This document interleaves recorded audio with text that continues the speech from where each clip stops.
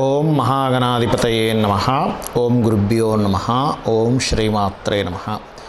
పరమేశ్వర స్వరూపమైనటువంటి జ్యోతిష, వాస్తు మరియు ఇతర అనేకమైనటువంటి శాస్త్రములను మనకు అందించినటువంటి మహర్షులకి నమస్కారం. హయగ్రీవ హయగ్రీవ హయగ్రీవేతి యో వదేత్ తస్య నిస్సరతే వాణి జహ్నుకన్యా ప్రవాహవత్.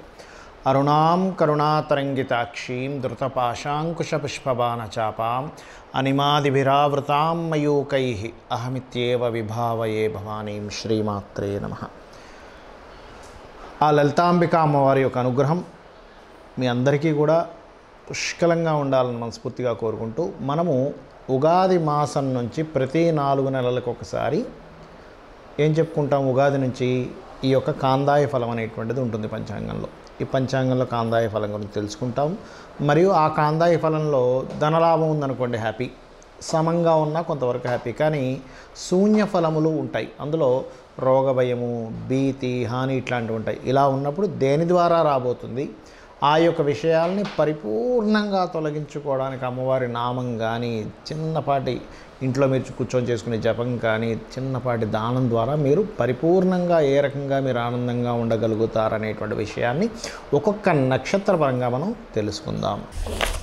ఈ 4 నెలల పాటు ఏప్రిల్ 9 నుంచి ఆగస్టు 9 వరకు ఉండేటువంటి కాందాయ ఫలాల్లో ధనస్సు రాశి వారికి, అందులో ఉండే నక్షత్రాల వారికి ఏం చూపిస్తుంది అనేటువంటి చూద్దాం. ఇక్కడ చూసుకున్నట్లయితే ధనస్సు రాశిలో ఉండే నక్షత్రాలు కనుక చూసుకున్నట్లయితే మూల, పూర్వాషాఢ, ఉత్తరాషాఢ నక్షత్రం ఉంటుంది. మూలా నక్షత్రం వారికి సమఫలము, అంటే చక్కగా ఫలితాలు వస్తున్నాయి, సమంగా వస్తాయి 4 నెలలు. ఏమీ టెన్షన్ పడకండి. అయితే ఇక్కడ నేను మీకు ముందుగా ఒక విషయం చెప్తాను, గుర్తుపెట్టుకోండి. ఇందులో ఏదైనా వచ్చినా కూడా, నెగిటివ్గా వచ్చినా, మీరు మీ జన్మజాతకంలో కనుక ఆ దశలు అవేవి నడవకపోతే ఏమీ టెన్షన్ పడాల్సిన అవసరం లేదు. ఇక అదేవిధంగా మూలా నక్షత్రం తర్వాత పూర్వాషాఢ నక్షత్రానికి కూడా సమఫలం ఉంది. అంటే ఏంటి? మూలా, పూర్వాషాఢ నక్షత్రాల వారికి ఆర్థికంగా కానీ అన్ని విషయాల్లో కానీ సమంగా సాగిపోతూ ఉంటుంది.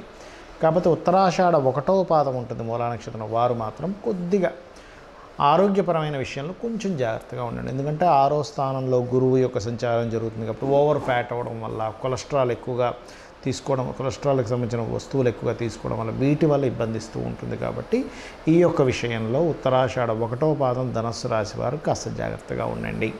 అలాగే మిగతా అంశాలు కనుక చూసుకున్నట్లయితే ధనస్సు రాశి వారికి ముఖ్యంగా 3లో శని మంచివాడే, 4లో ఉండే శని పర్మనెంట్ పిఆర్ వాటికి బాగా తోడ్పడుతుంది. కాకపోతే దశమంలో కేతు ఉన్నందుకు కాస్త మే వరకు కూడా, ఎందుకంటే మే నుంచి కొంచెం గురువు ఎప్పుడైతే మారుతాడో కొంచెం దశమంలో ఉండే కేతువు మీ దృష్టి ఉంటుంది కాబట్టి కొంత తగ్గుతుంది అక్కడ ప్రభావం.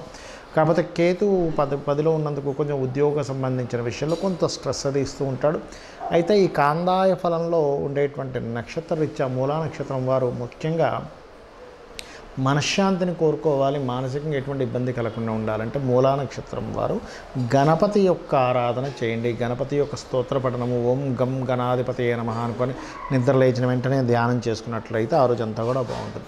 మరి పూర్వాషాఢ నక్షత్రం వారు ఎవరిని ప్రార్థించాలి అని చూసుకున్నట్లయితే శుక్రుణ్ణి మరియు అమ్మవారి యొక్క ఆరాధన. ఎందుకంటే సర్వసాధారణంగానే ధనుసు లగ్నంలో ఆ ధనుసు రాశిలో జన్మించారంటే శుక్రుడు షష్టమ లాభాధిపతి అవుతాడు, అంటే ఉభయ కేంద్ర పాపి అవుతాడు. ఉభయ పాపాధిపత్యం వస్తుంది, కేంద్రం కాదు, ఉభయ పాపాధిపత్యం వస్తుంది. అంటే 6 and 11th లార్డ్షిప్ వస్తుంది. కాబట్టి ఎవరైతే అమ్మవారు నిద్ర లేచిన వెంటనే ఈ యొక్క ధనుసు రాశిలో ముఖ్యంగా పూర్వాషాఢ నక్షత్రంలో పుట్టిన వారు కనుక ధ్యానించుకున్నట్లయితే వీరికి వివాహ సంబంధించిన విషయంలో మనసులు కరెక్ట్గా కలిసే వ్యక్తితో వివాహం అవ్వడము, ఇద్దరు మనసులకి సరిగా కలవక మానసిక మనస్పర్ధలు వస్తున్నటువంటివి క్లియర్ అవ్వడం జరుగుతుంది. అదేవిధంగా ఉత్తరాషాఢ నక్షత్రం వారు ముఖ్యంగా వీలైతే దూర ప్రాంతంలో అంటే మీకు దగ్గరలో ఉన్న దూరంగా ఉన్న సూర్య ఆలయాలకు వెళ్తూ ఉండండి, సూర్యుడిని ఎక్కువగా ఆరాధించండి. ఇవి చేస్తూ ప్రత్యేకంగా ఇక్కడ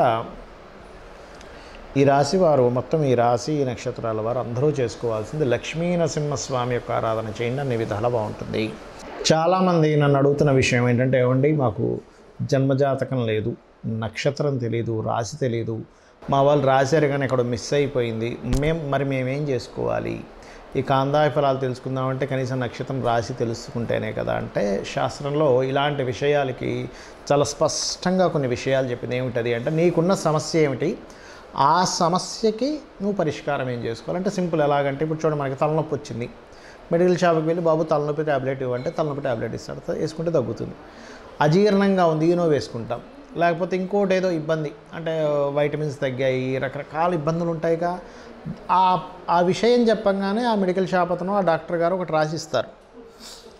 అన్నిటికీ మీ ఎక్స్రే రిపోర్ట్ అవసరం ఉండదు.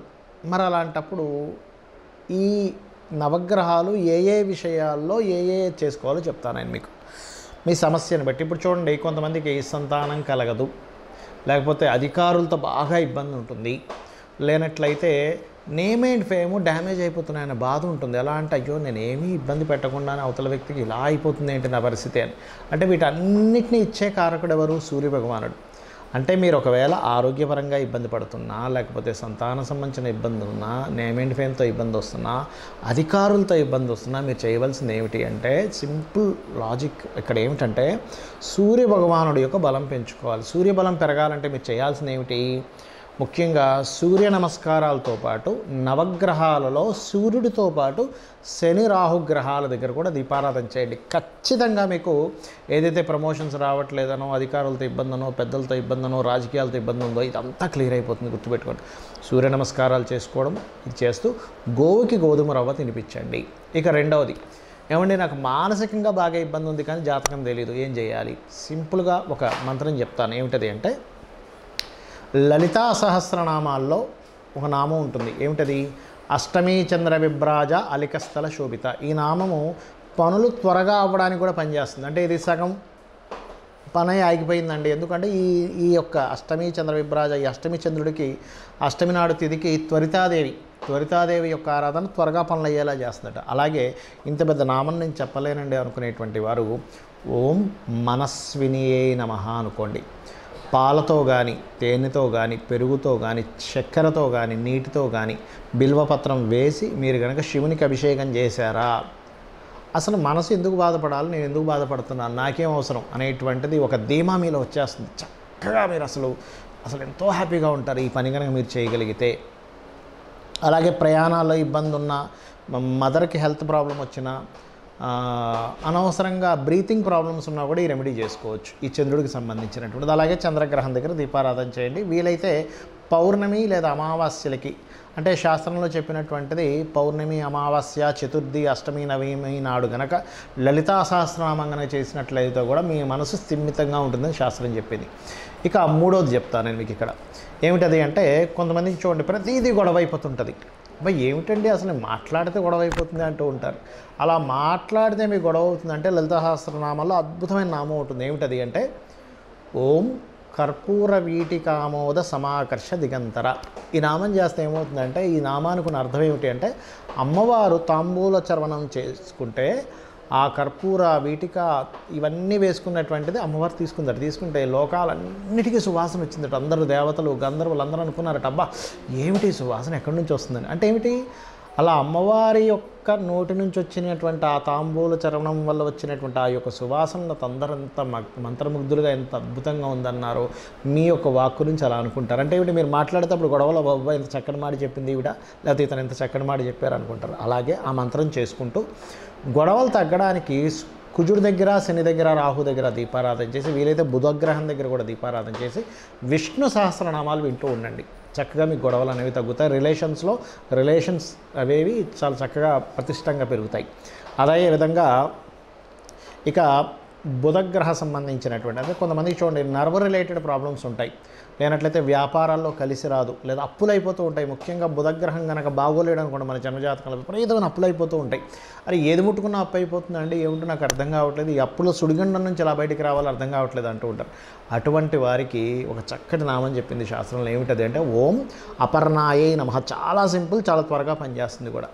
ఎందుకంటే ఈ అపర్ణాని అనే నామము లలితా సహస్రనామాల్లో అమ్మవారు శివుని కోసం ప్రార్థన చేస్తూ పర్ణములు కూడా విడిచిపెట్టింది. అంటే కనీసం ఎండిన ఆకును కూడా తీసుకోలేదట అమ్మవారు.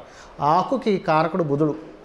ఎండిన ఆకంటే ఏమిటి అంటే ఏమిటంటే మీకు ఇంకా అప్పు అనేటువంటిది మీ జోలికి రాకుండా చేస్తుంది. అంటే అప్పు చేసే పరిస్థితి రాకుండా అయిపోతుంది.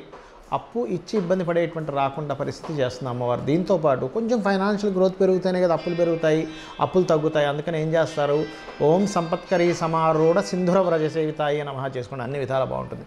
అదేవిధంగా ఇప్పుడు చూడండి, కొంతమందికి సంతానం కలగదు, అప్పుడు దత్తాత్రేయుడు ఆరాధన చేయండి. గురుగ్రహం దగ్గర, శని రాహు గ్రహాల దగ్గర దీపారాధన చేయండి. అదేవిధంగా ఓం దిగంబర దిగంబర శ్రీ పాదవల్లభ దిగంబరాయై నమః అనే నామస్మరణ చేయండి. ఖచ్చితంగా సంతాన అభివృద్ధి, గురువుల నుంచి వచ్చేటువంటి ప్రోత్సాహము, బ్యాంక్స్ నుంచి వచ్చేటువంటి ప్రోత్సాహము. మీరు దత్తాత్రేయుడు ఆరాధన ఏమిటంటే సృష్టి స్థితి లయకారకులైనటువంటి బ్రహ్మ విష్ణు మహేశ్వరుల యొక్క స్వరూపం కాబట్టి మీకేమవుతుంది, ఏదైతే నేనేది ప్రారంభించలేకపోతున్నాను, నేనేది నడపలేకపోతున్నాను, నాకేది కంప్లీట్ అవ్వట్లేదు అనుకునేటువంటి ఆ యొక్క కర్మ ఏదైతే ఉందో ఆ కర్మ తొలగిపోతుంది. ఇక కొంతమందికి వివాహ సంబంధించిన విషయంలో దోషం ఉంటుంది. ఏమిటోనండి, జాతకం బాగాలేదంటున్నారు, లేకపోతే జాతకం సంబంధించింది మాకు అర్థం కావట్లేదు, ఏం చేయాలో అర్థం కావట్లేదు. చాలా సింపుల్, శుక్ర కేతు గ్రహాల దగ్గర దీపారాధన చేస్తూ, వీలైతే శని గ్రహం దగ్గర కూడా దీపారాధన చేసి, మీకు స్త్రీలైతే శని రాహు దగ్గర కూడా దీపారాధన చేయండి కుజుడితో పాటు. పురుషులైతే శుక్రుడు శని కేతువు, స్త్రీలైతే కుజుడు కేతువు రాహు శని కూడా. ఈ గ్రహాల దగ్గర దీపారాధన చేసి చక్కగా లలితా సహస్రనామాల్లో ఓం కామేశబద్ధ మాంగళ్య సూత్ర శోభిత కందరాయై నమః ఈ నామం చేసుకోండి చాలు. అమ్మవారు మీరు చేసే ప్రయత్నం, ఇంతకాలం చేసిన ప్రయత్నం ఒకటి, ఈ నామం చదువుకుంటూ చేసే ప్రయత్నం ఒకటి గుర్తుపెట్టుకోండి, ఖచ్చితంగా ఫలితం ఉంటుంది. మరి కొంతమందికి ఉద్యోగ అవకాశాలు రావండి, ఎంత చదువుకున్నాము, ఎన్నో ప్రయత్నాలు చేస్తాం, ఉద్యోగం రావట్లేదు. 2 నామాలు ఉన్నాయి లలిత సహస్రనామాల్లో, ఇంకా ఉన్నాయి కాబట్టి 2 చెప్తాను నేను మీకు. ఒకటి, మొదటి నామం ఓం శ్రీమాత శ్రీ మహారాజ్ని శ్రీమత్ సింహాసనేశ్వరియే నమః, ఇది చేసుకోండి. రెండవది ఏమిటి అంటే మీరు మాణిక్య మకుటాకార జానుద్వయ విరాజిత, దీని మాణిక్య ముకుటాకారాన్ని కూడా రాయబడింది వేరే గ్రంథాల్లో, బట్ ముకుటాకారం అనుకున్నా ఒకటే. అమ్మవారి మోకాళ్ళకు సంబంధించిన వర్ణన, మోకాళ్ళ భాగాన్ని జ్యోతిష్శాస్త్రంలో దశమ స్థానము అంటారు. ఈ దశమ స్థానానికి శని భగవానుడు అధిపతి. అందుకే చూడండి, శని ఎవరికైనా పాడైతే మోకాళ్ళ ప్రాబ్లమ్స్ వస్తాయి. శని బాగుంటే మంచి ఉద్యోగంలో ఉంటాడు, శని బాగోకపోతే ఉద్యోగం చేయలేడు మనిషి. అందుకని మీకు ఉద్యోగ సంబంధించిన అవకాశాలు ఈ నామం ఇస్తుంది. దాంతోపాటు పిడికడి బెల్లాన్ని శనివారం పూట మీరు గోవుకు తినిపించండి. వీలైతే ఇంకా దోషం ఉందండి, తెల్ల నువ్వులు నీలం రంగు వస్త్రం కూడా దానంగా ఇవ్వండి. నవగ్రహాల్లో ప్రత్యేకంగా కేతువు శని గ్రహాల దగ్గర దీపారాధన చేయండి. రావి చెట్టు చుట్టూ ప్రదక్షిణాలు చేసుకోండి. సర్పాల మీద మీరు సర్ప ప్రతిష్ఠ చేసినప్పుడు అక్కడ ఉంటాయి ప్రతిష్ఠ చేసినవి, వాటి మీద పసుపు గంధము కలిపినటువంటి నీటితో అభిషేకం చేయండి. ఇక మాయలో ఉంటారు కొంతమంది, అంటే ఏమిటి, ఏదో అయిపోతుంది, భ్రమ, మాయ, ఏదో జరగబోతుంది, లేదా విదేశాలకు వెళ్ళాలి, అలాంటి వారు రాహుగ్రహ ఆరాధన, దుర్గా మరియు 2 సార్లు రోజుకి ఆంజనేయ స్వామి యొక్క ఆరాధన చేసుకుని మాయ తొలగుతుంది. అంటే భ్రమ, మాయ, ఏదో అయిపోతుందో అనే బెంగ ఉంటుంది, ఇవి పోతాయి క్లియర్గా. ఇంకోటి ఏంటి, ఓం దుమ్ దుర్గాయ నమః చేసుకోండి. అదేవిధంగా ప్రతిదీ ఆటంకమేనండి అంటూ ఉంటారు, వైరాగ్యము, విరక్తి ఆటంకాలుగా ఉంది, నాకు దేని మీద ఇంట్రెస్ట్ లేదు, గణపతి ఆరాధన అద్భుతమైన ఫలితాలు ఇస్తుంది. కాబట్టి ఇది చేస్తూ గోవుకి గ్రాసం తినిపించండి, గరికతో ఆ యొక్క గణపతిని అర్చించండి. ఖచ్చితంగా ఇవి చేసుకోవడం ద్వారా మీ జాతకం ఎలా ఉన్నా అమ్మవారి అనుగ్రహంతో మీరు చక్కటి ఫలితాలు పొందుతారు. శ్రీమాత్రే నమః.